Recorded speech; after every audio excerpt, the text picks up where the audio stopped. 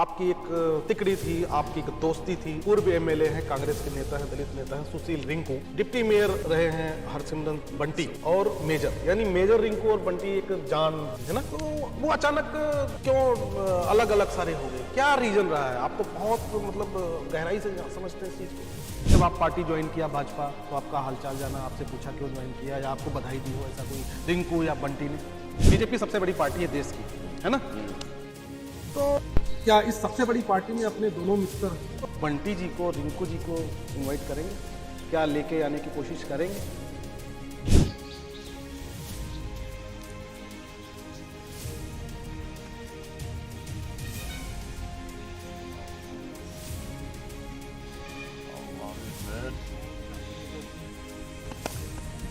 नमस्कार, आप देख रहे हैं डेली संवाद। मैं हूं महावीर सेठ।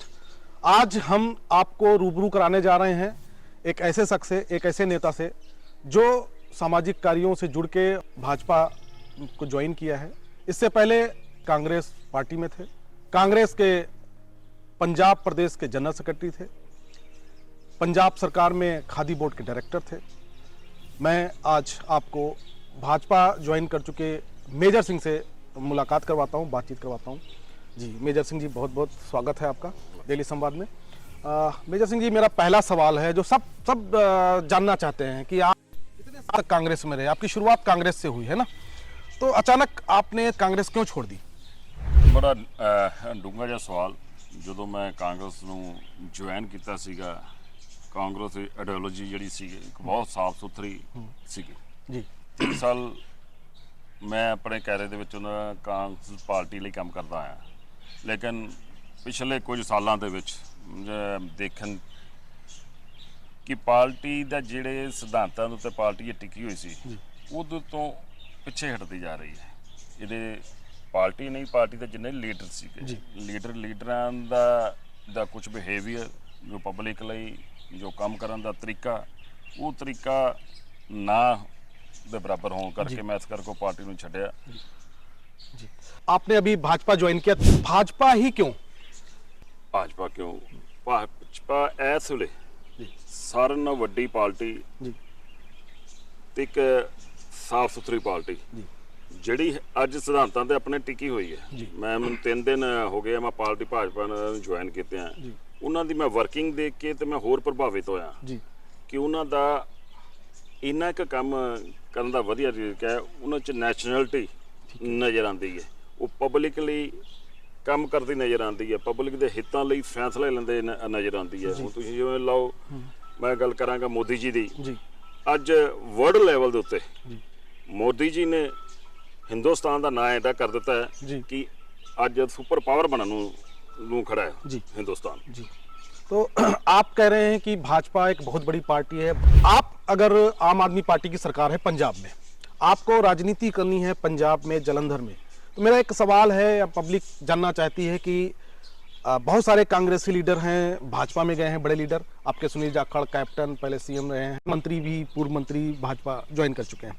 कई सारे आम आदमी पार्टी ज्वाइन किया है क्योंकि भाजपा उनको यह कहना है कि हम पंजाब में, पंजाब की राजनीति करनी है तो हम सरकार के साथ। तो आप आम आदमी पार्टी क्यों नहीं गए?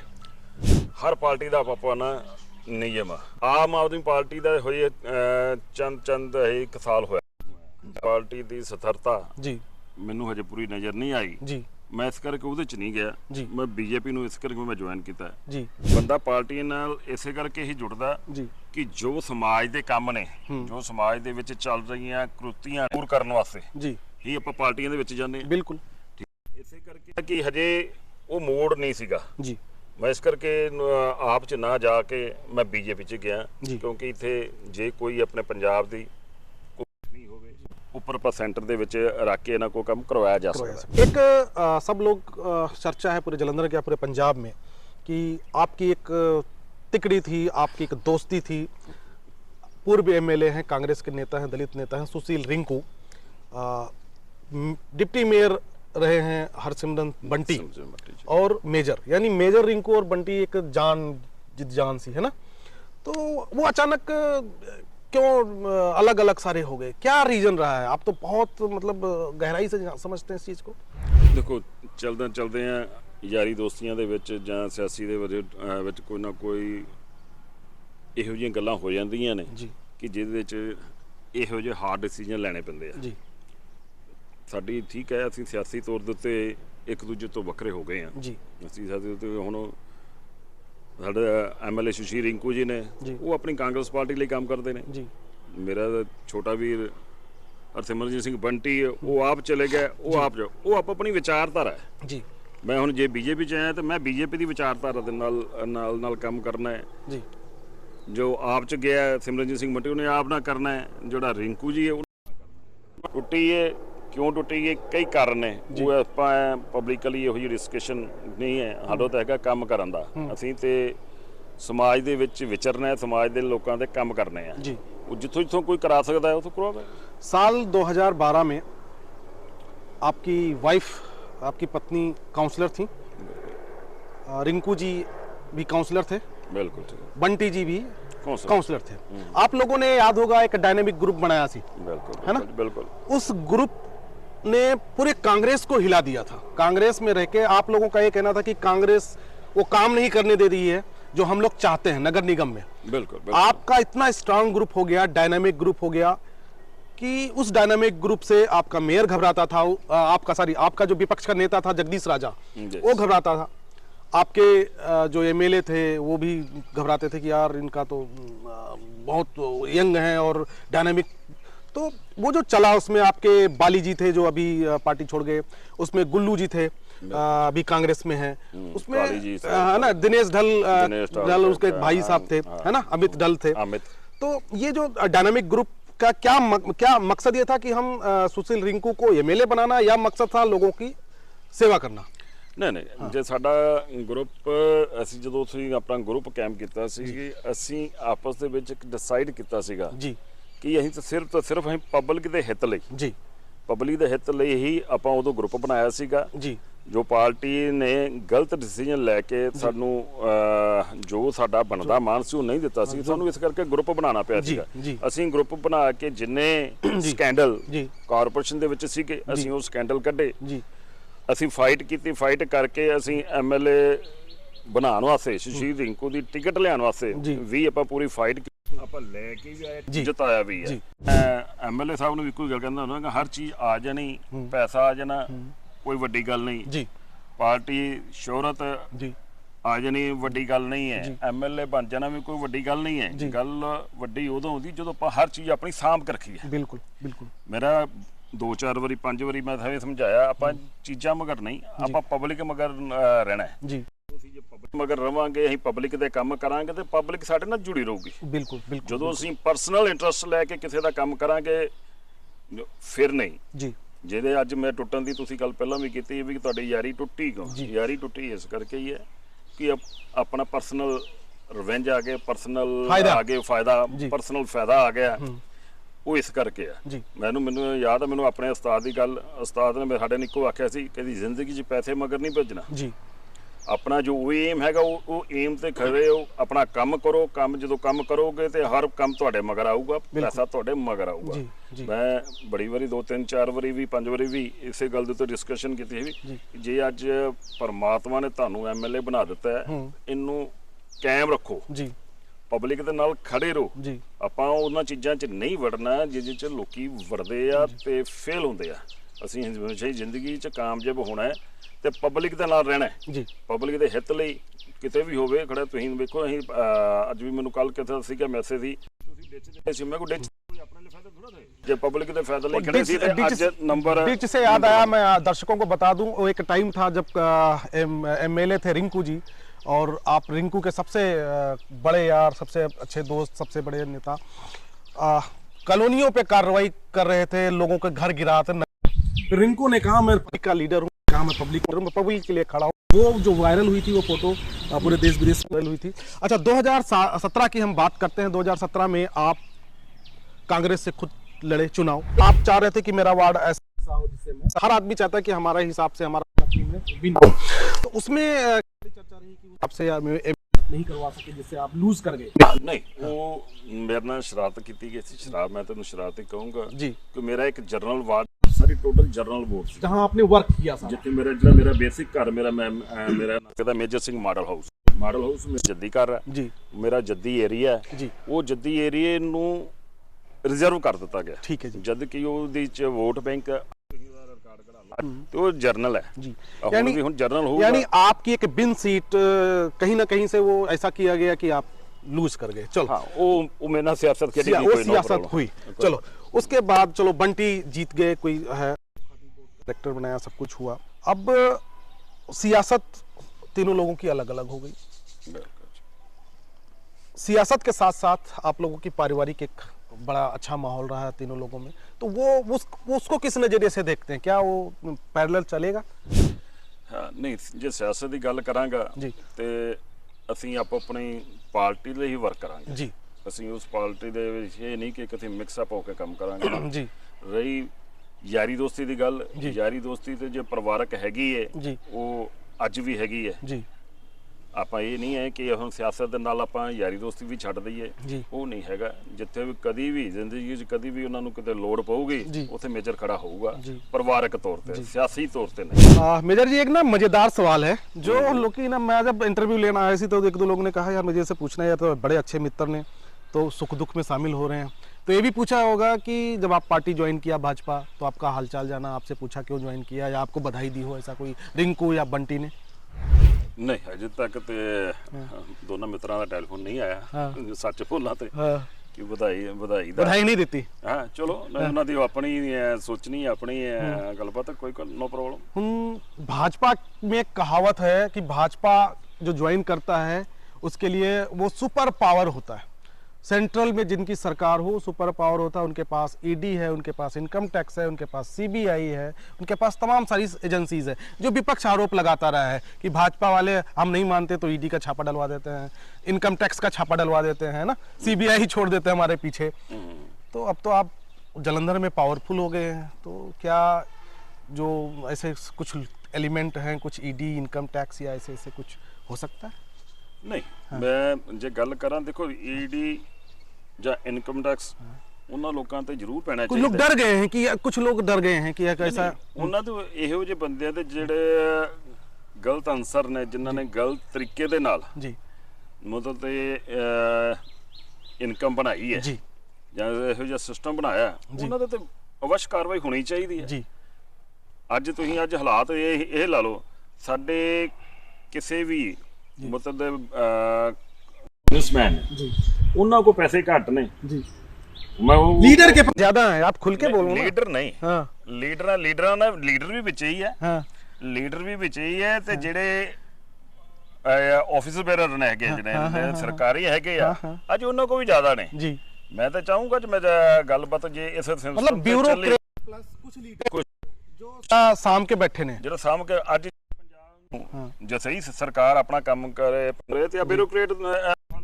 ਇਹਨਾਂ ਦੀ ਕਦੋਂ ਇਹਨਾਂ ਦੀ ਸਰਵਿਸ ਸ਼ੁਰੂ ਹੋਈ जी ਉਦੋਂ ਇਹਨਾਂ ਦਾ ਕਿੰਨਾ ਸੀਗਾ किन्ना इनके पास पैसे इनके थे, चल पैसे- संपत्ति जेड़े को बोलते हैं। ਕਿੰਨੀ ਸੰਪत्ति ਸੀ हाँ जी ਅੱਜ ਇਹਨਾਂ ਦੇ 15 ਸਾਲਾਂ 20 ਸਾਲਾਂ ਦੇ ਵਿੱਚ ਅਰਬਪਤੀ ਖਰਬਪਤੀ ਇਹ ਕਿੱਦਾਂ ਬਣ ਗਏ ਆਪਾਂ ਇੱਕ ਕੋਈ ਵੀ ਕਿਸੇ ਵੀ ਅਫਸਰ ਦੀ ਤਨਖਾਹ ਹੋਊਗੀ ਲੱਖ 2 ਲੱਖ 3 ਲੱਖ जी बिल्कुल ਨਾ 3 ਲੱਖ ਬਾਅਦ 36 ਲੱਖ ਰੁਪਈਆ जी 36 ਲੱਖ ਦਾ ਇਹਨਾਂ ਦੇ ਤੁਸੀਂ ਲਾ ਲੋਗੇ ਇਹਨਾਂ 15 ਸਾਲ ਦੀ ਤੇ ਅੱਜ ਦੀ ਕੱਢ ਲਓ ਅੱਜ ਮੈਨੂੰ ਨਹੀਂ ਲੱਗਦਾ ਕਿਸੇ ਨੇ ਜਿਹੜੇ ਸਰਕਾਰੀ ਅਫਸਰ ਨੇ ਜਿਹੜੇ ਸਰਕਾਰੀ ਅਫਸਰ ਇਹਨਾਂ ਨੇ ਕਦੀ ਆਪਣੇ ਬੈਂਕਾਂ 'ਚ ਪੈਸੇ ਵੀ ਕਢਾਏ ਹੋਣ जी ਤੇ ਅੱਜ ਵੇਖੋ ਇਹਨਾਂ ਦੇ ਕਈ ਐਸੇ ਵੱਡੇ ਵੱਡੇ ਅਹੁਦੇ ਦੇ ਉੱਤੇ ਨੇ ਇਸ ਵੇਲੇ ਲੇਕਿਨ ਪੈਸਾ ਇਹਨਾਂ ਦਾ ਪੁੱਛਿਆ ਜਾਂਦਾ ਫਿਰ ਕਹਿੰਦੇ ਵੀ ਇਹ ਸਾਰਿਆਂ ਨਾਲੋਂ ਵੱਡੇ ਆਈਪੀਐਸ ਨੇ ਸਾਰਿਆਂ ਨਾਲੋਂ ਵੱਡੇ ਪੈਸੇ ਵਾਲੇ ਨੇ ਉਹ ਸਭ ਕਿੱਥੋਂ ਨੇ ਪੰਜਾਬ ਸਰਕਾਰ ਜਿੱਥੇ ਹਰ ਇਹਨਾਂ ਦੇ ਕਾਰਵਾਈ ਕਰ ਰਹੀ ਹੈ ਮੈਂ ਕਹੂੰਗਾ ਇਹੋ ਜਿਹੇ ਬੰਦੇ ਉੱਤੇ ਵੀ ਕਾਰਵਾਈ कभी होनी चाहिए है। कभी अगर मौका मिला दिल्ली में मीटिंग में पार्टी की सरकार के साथ ऐसे 2-3 रखेंगे ऑप्शन कि यार ऐसे ऐसे लोग हैं पंजाब को जो खा रहे हैं, चाहे वो ब्यूरोक्रेट हो चाहे वो नेता हो। ਬਿਲਕੁਲ जी ਜੋ ਜਿਹੜਾ ਸਮਾਜ ਨੂੰ ਲੁੱਟ ਰਿਹਾ जी ਉਹਨੂੰ ਤੇ ਇਸ ਸਕੰਜੇ 'ਚ ਤਾਂ ਲੈ ਆਵਾਂਗੇ ਲੈਗਲ ਰੱਖਾਂਗੇ जी ਕਰਾਂਗੇ ਉਹਨਾਂ ਦੇ ਵਿਦ ਪ੍ਰੂਫ ਦਵਾਂਗੇ ਵੀ ਆਹ ਦੇਖੋ ਆ ਸਮਾਜ ਨੂੰ ਜਿਨ੍ਹਾਂ ਨੇ ਖਾਦਾ जी ਆਪਾਂ ਸਮਾਜ ਦੇ ਵਿੱਚ ਮੈਨੂੰ ਯਾਦ ਆ ਜਦੋਂ ਅਸੀਂ ਛੋਟੇ ਹੁੰਦੇ ਸੀ ਕਿ ਸਮਾਜ ਇਹਦੇ ਨਾਲ ਜੁੜਨਾ ਕਿਉਂ ਆ, ਪਾਰਟੀ ਨਾਲ ਜੁੜਨਾ ਕਿਉਂ, ਉਦੋਂ ਇਹ ਹਾਲ ਹੁੰਦਾ ਸੀ, ਮਜ਼ਾ ਆਉਂਦਾ ਸੀ ਯਾਰ ਉਹ ਬੰਦਾ ਫਲਾਣਾ ਬੰਦਾ ਹੈ, ਉਹਨੇ ਸਾਰੀ ਜ਼ਿੰਦਗੀ 'ਚ ਆਪਣੇ ਉਸੇ ਘਰ ਦੇ ਵਿੱਚ ਰਹਿ ਕੇ ਇੰਨੀ ਸਿਆਸਤ ਕੀਤੀ ਤੇ ਸਿਰੇ ਤੱਕ ਲੈ। ਮੈਂ ਜੇ ਪੁਰਾਣੀ ਆਪਣੀ ਕਾਂਗਰਸ ਪਾਰਟੀ ਦੀ ਗੱਲ ਕਰਾਂ, ਸਰਦਾਰ ਮਨਮੋਹਨ ਸਿੰਘ ਜੀ ਅੱਜ ਵੀ ਉੱਥੇ ਦੇ ਉੱਥੇ ਨੇ, ਉੱਥੇ ਦੇ ਉਹ ਨਹੀਂ ਹੈ। ਉਹ ਸਿਆਸਤ ਹੋਵੇ ਤੇ ਇਦਾਂ ਦੀ ਹੋਵੇ, ਖਾਲੀ ਹੋਵੇ, ਤੁਸੀਂ ਨਾਲ ਹੀ ਵੱਡਾ ਬਹੁਤ ਹੋ ਜਾਏ ਬੰਦਾ, ਤਾਂ ਬਹੁਤ ਕੁਝ ਹੁੰਦਾ ਹੈ।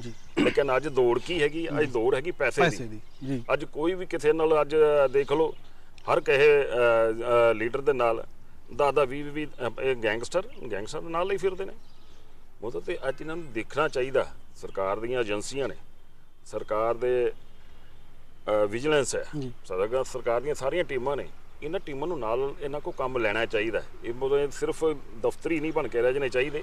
ਇਹਨਾਂ ਤੋਂ ਜੋ ਹੈਗਾ, ਜੇ ਤੇ ਏਜੰਸੀਆਂ ਆਪਣੀਆਂ ਪੂਰਾ ਕੰਮ ਕਰਨ, ਪੂਰੀ ਇਮਾਨਦਾਰੀ ਨਾਲ ਕੋਈ ਵੀ ਅਫਸਰ ਆਪਣਾ ਕੰਮ ਕਰੇ, ਤੇ ਮੈਂ ਨਹੀਂ ਮੰਨਦਾ ਕਿ ਪੰਜਾਬ ਦਾ 1 ਇੰਚ ਵੀ ਮਾਹੌਲ ਖਰਾਬ ਹੋ ਜਾਵੇ। ਮਾਹੌਲ ਉਦੋਂ ਹੀ ਖਰਾਬ ਹੋਇਆ ਜਦੋਂ ਆਪਣਾ ਮੇਲ ਹੁੰਦਾ ਉਹਨਾਂ ਨਾਲ, ਆਪਾਂ ਬੈਨੀਫਿਟਸ ਵੇਖਦੇ, ਆਪਾਂ ਕਿਸੇ ਨੂੰ ਗਲਤ ਤਰੀਕੇ ਨਾਲ ਵਰਤਦੇ ਆ, ਇਹ ਉਦੋਂ ਆ ਇਹ ਜਿਹੜੀਆਂ ਚੀਜ਼ਾਂ ਜਿਹੜੀਆਂ ਉਹ ਖਰਾਬ ਕਰਦੀਆਂ समाज। आप जब आपकी सरकार थी, मतलब कांग्रेस की सरकार थी, बिल्कुल, और आप पावर में थे, आपके एमएलए दलित लीडर, जिसको दुआबा अपने आप को दलित लीडर है ना, बिल्कुल बिल्कुल एमएलए साहब, आप एक बिल्कुल छोटा सा पर्चा होता है जो आम है, मोहल्ले में लड़ाई होती दो पक्षों में, थाने में बुला के SHO समझौता करा देता है, नहीं समझौता होता तो वो धारा पत्र लगा के कहता है यार दोनों पक्ष आपस में निपट लो। वो एक बिल्कुल IPC की बहुत सबसे छोटी सी धारा थी। आपके एमएलए पावरफुल थे, वो इतना बड़ा वो कैसे सब बन गया, इतना बड़ा सब कुछ हो गया, आप पे पर्चा भी हो गया, केस भी हो गया, और आप एमएलए आपके कुछ नहीं। क्या कोई मलाल है इस तरह दिल में आपके? आप इतने आप एमएलए थे, इतना सब कुछ सिस्टम था, सरकार में आप थे। नहीं मलाल सी ਤਾਂ ਹੀ ਮੈਂ ਪਾਰਟੀ ਛੱਡ ਕੇ ਇਧਰ ਆਇਆ। ਜਿਹੜੇ ਬੰਦੇ ਆਪਣੇ ਯਾਰਾਂ ਦੋਸਤਾਂ ਨੂੰ ਛੱਡ ਕੇ ਆਪਾਂ ਨੈਕਸਟ ਪਾਰਟੀ ਨਾਲ ਲਟਾਈ ਆਪਾਂ ਕਰ ਲਾਈਏ, ਤੇ ਫਿਰ ਉਹ ਕਿੱਥੇ ਸਿਆਸਤ ਹੈ। ਇਹ ਤੇ ਮੇਰੇ ਇਹਦੇ ਨਿੱਕੇ ਨਿੱਕੇ ਕੰਮ ਅਸੀਂ ਮਿੰਟੋ ਮਿੰਟੀ ਕਰਾਂਦੇ, ਆਪ ਕਰਾਂਦੇ ਰਹੇ ਆ। ਇਹ ਤੇ ਮੈਨੂੰ ਲਿਆ ਕੇ ਜਾਲ ਦੇ ਵਿੱਚ ਫਸਾ ਕੇ ਇਹੋ ਜਿਹਾ ਕੰਮ ਕੀਤਾ ਗਿਆ। ਕੋਈ ਗੱਲ ਨਹੀਂ, ਨਿਪਟਾਂਗੇ, ਤਕੜੇ ਹੋ ਗਏ। ਕਾਨੂੰਨ ਤੇ ਭਰੋਸਾ ਹੈ, ਕਾਨੂੰਨ ਤੇ ਭਰੋਸਾ ਹੈ, ਇਹਨੂੰ ਨਿਪਟਾਂਗੇ, ਜਿੱਤਾਂਗੇ ਵੀ ਜੀ। ਮੈਂ ਇਹਨਾਂ ਨੂੰ ਘੜੀਸਾਂਗੇ ਵੀ, ਜਿਨ੍ਹਾਂ ਨੇ ਸਾਡੇ ਨਾਲ ਗਲਤ ਕੀਤਾ ਉਹ ਮੇਰੇ ਨਾਲ ਨਹੀਂ, ਉਹ ਪਬਲਿਕ ਨਾਲ ਗਲਤ ਕੀਤਾ ਜੀ। ਜੋ ਪਬਲਿਕ ਦੇ ਜਿਹੜੇ ਮੇਰੀ ਲੜਾਈ ਕੋਈ ਆਪਣੀ ਪਰਸਨਲ ਲੜਾਈ ਨਹੀਂ ਸੀਗੀ, ਉਹ ਤਾਂ ਪਬਲਿਕ ਦੀ ਲੜਾਈ ਸੀਗੀ। ਹੋ ਕੀ ਰਿਹਾ ਸਰਕਾਰ ਦੇ ਵਿੱਚ? ਸਰਕਾਰ ਕਿਹੜੀ ਡਿਊਟੀ ਕਰ ਰਹੀ ਹੈ? ਅਫਸਰ ਕਿਹਦੀ ਡਿਊਟੀ ਕਰ ਰਿਹਾ? ਅਫਸਰ ਆਪਣੀ ਡਿਊਟੀ ਤਾਂ ਕਰ ਹੀ ਨਹੀਂ ਰਿਹਾ, ਉਹ ਬਲੈਕ ਮੇਲਰ ਦੀ ਡਿਊਟੀ ਕਰ ਰਹੇ ਨੇ। ਉਸ ਸਮੇਂ ਵੀ ਆਪਕੀ ਹੀ ਸਰਕਾਰ ਥੀ, ਕਾਂਗਰਸ ਦੀ ਸਰਕਾਰ ਸੀ। ਹੋਰ ਰੋਸਾ ਮੇਰਾ ਕਹਿੰਦਾ ਯਾਰ, ਮੇਰਾ ਰੋਸਾ ਵੀ ਤੇ ਇਹੀ ਹੈ, ਸਰਕਾਰ ਵੀ ਆਪਣੀ ਹੋਵੇ, ਪਰਚਾ ਵੀ ਸਾਡੇ ਦੇ ਉੱਤੇ ਹੋਇਆ ਤੇ ਆਪਾਂ ਗੱਲ ਵੀ ਨਾ ਕਰੀਏ ਤੇ ਨਹੀਂ ਆ। ਉਹ ਮੈਂ ਤਾਂ ਇਹੀ ਕਹਿਣਾ, ਉਹ ਨਿਯਮ ਜੇ ਆਪਾਂ ਸਿਆਸਤ ਦੇ ਵਿੱਚ ਆਪਾਂ ਹੈਗੇ ਆ, ਆਪਣੀ ਸਿਆਸਤ ਦੇ ਵਿੱਚ ਜਾਂ ਆਪਣੀ ਯਾਰੀ ਦੋਸਤੀ ਦੇ ਵਿੱਚ, ਪਹਿਲ ਆਪਾਂ ਤੇ ਯਾਰੀ ਦੋਸਤੀ ਨੂੰ ਤਾਂ ਜੀ बिल्कुल खड़ा होना चाहिए। जो तो खड़ना ही नहीं, यारी टूटनी भी तो उत्थे हैगी ही है। चलो, सवाल नगर निगम से शुरू हुआ था, काउंसलर से, फिर नगर निगम पे आ रहा हूँ मैं। आने वाला इलेक्शन है नगर निगम का, है ना? तो बस डिक्लेयर हो जाए, कब भी हो जाए, तो क्या चुनाव लड़ने की तैयारी है? फुल तैयारी है जी। लड़ेंगे, लड़वाएंगे जी, जिताएंगे। तो क्या उम्मीद है भाजपा में? आप इस समय भाजपा में हैं, तो क्या लगता है कि नगर निगम में भाजपा आएगी या भाजपा कुछ करेगी? भाजपा फुल फ्लैज करेगी जी। ਅੱਜ ਦਾ ਜੋ ਮਾਹੌਲ ਹੈ, ਅੱਜ ਦਾ ਤੁਸੀਂ ਦੇਖ ਸਕਦੇ ਹੋ, ਸਾਰੀ ਦੁਨੀਆ ਨੂੰ ਪਤਾ, ਸਾਰੇ ਪੰਜਾਬ ਨੂੰ ਪਤਾ ਕਿ ਅੱਜ ਦੇ ਹਾਲਾਤ ਕੀ ਹੈ ਜੀ। ਭਾਜਪਾ ਕਿੱਥੇ ਆ, ਭਾਜਪਾ ਕੀ ਕਰ ਰਹੀ ਹੈ। ਮੈਂ ਭਾਜਪਾ ਦਾ ਕੈਡਰ ਜਿਹੜਾ, ਮੈਂ ਤੇ ਦੇਖਦਾ ਨਿੱਕੇ ਤੋਂ ਨਿੱਕਾ ਤੋਂ ਵੱਡੇ ਤੋਂ ਵੱਡਾ ਜਿੰਨਾ ਵੀ ਲੀਡਰ ਹੈ, ਉਹ ਇੱਕ ਸਿੰਪਲ ਤੇ ਸੋਬਰ ਹੈ ਜੀ। ਬੜੇ ਸੋਬਰ ਤਰੀਕੇ ਦੇ ਨਾਲ ਉਹ ਕੰਮ ਕਰ ਰਿਹਾ, ਉਹ ਆਪਣੇ ਆਪ ਕੰਮ ਕਰ ਰਿਹਾ, ਕੋਈ ਕਿਸੇ ਨੂੰ ਦਿਖਾਵਾ ਨਹੀਂ ਕਰ ਰਿਹਾ। ਸਾਡੇ ਦੇ ਵਿੱਚ ਤੇ ਕਲਚਰ ਸੀ ਤੇ ਪਹਿਲਾਂ ਦਿਖਾਵਾ ਕਰੋ ਤੇ ਫਿਰ ਜਿੰਨੇ ਹੈਗੇ ਉਹ ਤਾਂ ਫਿਰ ਤੁਸੀਂ ਆ ਜਾਓ। ਲੇਕਿਨ ਇਹਨਾਂ 'ਚ ਆਈਡੀਓਲੋਜੀ ਨਹੀਂ ਹੈਗੀ, ਇਹਨਾਂ 'ਚ ਬੰਦੇ ਦੀ ਇਹਨਾਂ ਨੂੰ ਪਰਖ ਹੈਗੀ ਆ, ਵੇਖਦੇ ਆ ਕਿੱਥੇ ਕੀ ਹੈਗਾ, ਉਸ ਹਿਸਾਬ ਨਾਲ ਭਾਜਪਾ ਚੱਲਦੀ ਹੈ। ਉਮੀਦ ਆ ਕਿ ਇਸ ਵਾਰ ਅਸੀਂ ਇਹਦੀ ਬਣੇਗੀ भाजपा। एक सबसे लास्ट में सवाल है, जो है सवाल ये है कि लोकसभा खाली हो गई है, अब उपचुनाव, बाई इलेक्शन हो सकता है, नगर निगम चुनाव के साथ बाई इलेक्शन भी हो। क्या इसमें फाइट करेगी बीजेपी? अभी जो इस तरह से लग रहा है कि नहीं, बीजेपी का मुश्किल लग रहा है, उस पर किस नजरिए से देखते हैं? नहीं, बीजेपी पूरी फुल करेगी। चलो ਚੌਧਰੀ ਸਾਹਿਬ ਦਾ ਨਿਧਨ ਹੋ ਗਿਆ। ਹੁਣ ਉਹ ਇਹਨਾਂ 'ਚ ਹੁਣ ਦੇਖਣ ਵਾਲੀ ਗੱਲ ਤਾਂ ਇਹ ਹੋਏਗੀ कि कांग्रेस सरकार केड़ा स्टेप लेंदी है। उन की कांग्रेस में तो कई लोग टिकट मांग रहे हैं। ये भी चर्चा है कि चन्नी को शायद लाके यहाँ से लड़ाएं। तो ये जो सुशील रिंकू टिकट मांग रहे हैं, जो महेंद्र केपी टिकट मांग रही है, जो आपके वो देहात के लीडर हैं, नाम मुझे नहीं याद आ रहा, वो भी टिकट मांग रहे हैं। गल ते देखना तो हुण यही है ना। हुण कांग्रेस पार्टी का देखना भी ये अपना स्टैंड ते रहिंदी है कि नहीं रहिंदी है, ये तो उस तो बाद ही इन्हां दा। एक लास्ट में सवाल, आप सबसे बड़ी पार्टी में इस समय, तो क्या इस सबसे बड़ी पार्टी में अपने दोनों मित्र बंटी जी को, रिंकू जी को इनवाइट करेंगे? क्या लेके आने की कोशिश करेंगे? देखो जी लियान नू गल करन नू जी ਅਸੀਂ ਤੇ ਹਮ ਭਾਜਪਾ ਨੇ ਤਾਂ ਆਪਣੇ ਦਰ ਖੋਲੇ ਹੋਏ ਆ। ठीक है ਕਿ ਆਜੋ ਵੈਲਕਮ जी। ਲੇਕਿਨ ਆਪਣੀ ਆਈਡੀਓਲੋਜੀ ਨਾਲ ਨਹੀਂ ਭਾਜਪਾ ਨਾਲ ਕੰਮ ਕਰਨਾ ਪਊਗਾ। As a BJP leader, as a मित्र, हाँ। बीजेपी लीडर हटो, भाजपा बाद में आ गई, पहले आपके अपने एक मित्र, जो प्यारे मित्र ने, उनको कहोगे यार कि आओ यार भाजपा में आओ, बहुत बढ़िया पार्टी है, बहुत बढ़िया विचार है, इतनी बड़ी पार्टी है, वेलकम। ਤੇ ਪਾਰਟੀ ਤੇ ਫਿਰ ਜਦੋਂ ਅਸੀਂ ਤਿੰਨੇ ਇਕੱਠੇ ਸੀ ਤੇ ਪਾਰਟੀ ਤੇ ਉਦੋਂ ਵੀ ਮਾੜੀ ਨਹੀਂ ਸੀਗੀ। ਨਹੀਂ ਮਾੜੀ ਲੇਕਿਨ ਵਿਚਾਰਧਾਰਾ ਦੀ ਹੈ ਨਾ ਗੱਲ, ਤੇ ਆਪਾਂ ਕੰਮ ਕਰਨਾ ਸੋਚ ਕੀ ਰੱਖਦੇ ਆਪਾਂ ਕੰਮ ਕਰਨ ਦੀ, ਤੇ ਗੱਲ मतलब ਤੁਸੀਂ ਲੋਕਾਂ ਨੇ ਲੀਡਰ ਚੁਣਨਾ ਹੈ। द्वार खुले हैं, तुसी इनवाइट भी करोगे, आओ जी, वेलकम। ऐसे वेलकम करांगे। दर्शकों आपने देखा मेजर सिंह ने बहुत खुल के बात करी, सब कुछ बातें करी हैं। आप का भी कोई अगर सवाल हो तो आप कमेंट बॉक्स में जरूर करिए कि ये भी सवाल होना चाहिए था। तो उस सवाल को लेके हम दूसरे एपिसोड में या दूसरी बार जब इंटरव्यू करने जाएंगे, हम मेजर जी से जरूर पूछेंगे। तो आप कमेंट जरूर करिएगा कि आपका क्या सवाल है। धन्यवाद।